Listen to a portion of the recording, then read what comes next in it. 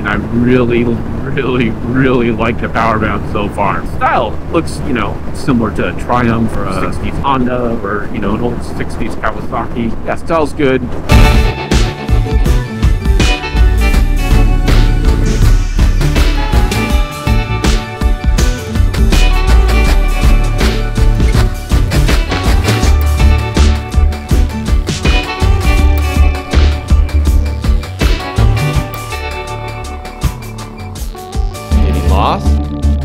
But found. All right, guys, a little windy. I'm gonna try and go to Truth or Consequences, New Mexico. There's a spaceport there. I want to check it out. It's like a 2-hour, 45-minute ride. I'm gonna give you an update on what happened with my motorcycle and Hilton and what they're doing about it. So let me show you something. So I got these really wonky, they're from a Buell or a Kawasaki mirror. I don't know. The owner gave them to me that I'm renting the bike from, and I screwed them on and put them on there. The Hilton garden. They're gonna look at the footage and want me to file a police report, and they said I could park here even though there's no parking, so the mirrors don't get stolen again. So out the door I go, literally, and let's get to Truth or Consequences. Okay, out the door to go to Truth or Consequences. I talked to the owner. He said it goes about 120 to 140 miles before you really have to worry about getting gas.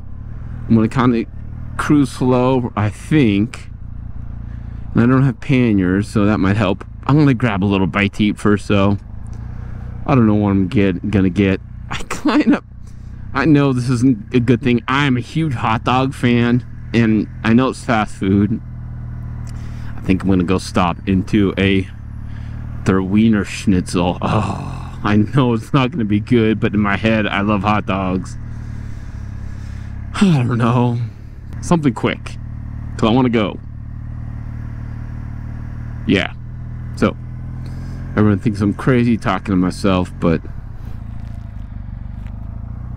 alright, let's get out of here. And I'm going to talk more about this motorcycle, and we'll see if it's any good. I got a long day tomorrow going to Santa Fe, but I did bring my drone, I did bring my camera pole. It's so windy, I don't know if I'm going to fly the drone today. I don't feel super confident on that. Okay, I'm on my way to Spaceport America. It's like 2 hours and 57 minutes. I'm gonna keep it around 70 miles an hour. It's just super windy out. And I'm gonna do this the quickest way right now, just because I'm burning daylight. And I'm going to give you my take so far on the trusty seat I'm on. I'm sorry, I have the hiccups.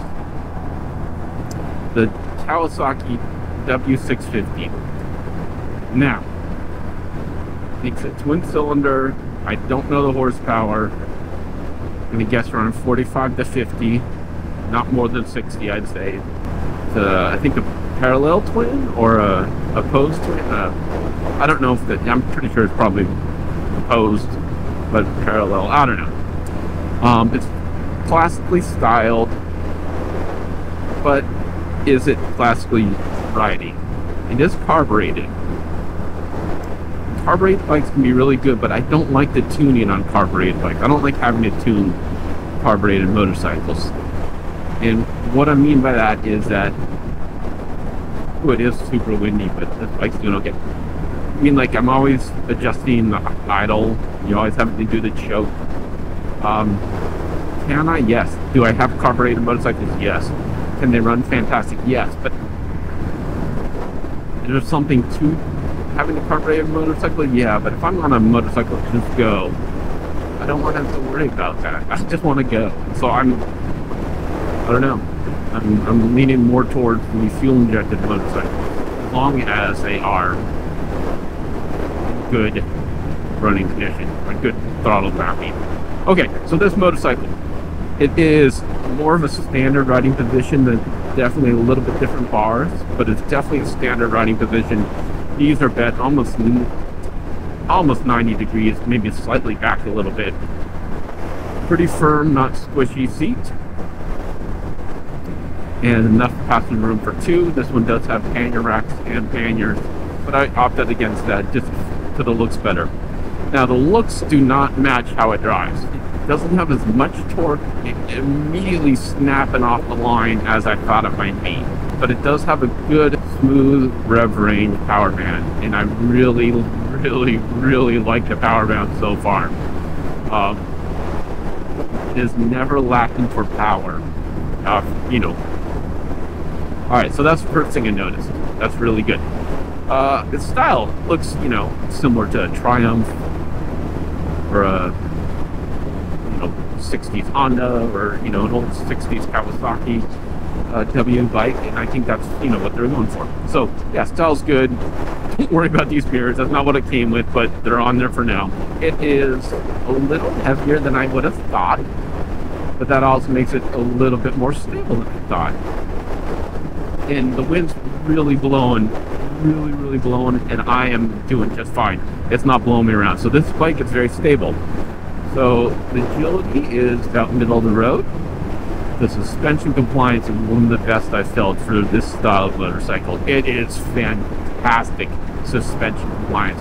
You go over the bump and you're like, wow, it doesn't even affect you. There's no jarring or anything like that. It does have some shimmy and shake in the front when you are if you don't if you're not loading up the bars or holding onto the bars. So there is a little bit of there can be a little bit of shimmy shake. I didn't adjust any of the suspension, so I don't know if that has anything to do with it. But the tires were very decent, if not new, or very close to it.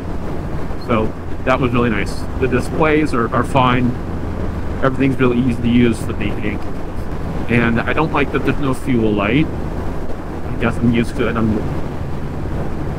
a little bit of a baby about it, but okay. So it's extremely windy, getting windier, and it's actually being cold. And there's a bug in my door. Hang on. Very great commuter motorcycle, I'll say. Easy to get on and go. Not as easy as my Meteor 350. Just because the carburetor takes a little bit of finagling to get comfortable on.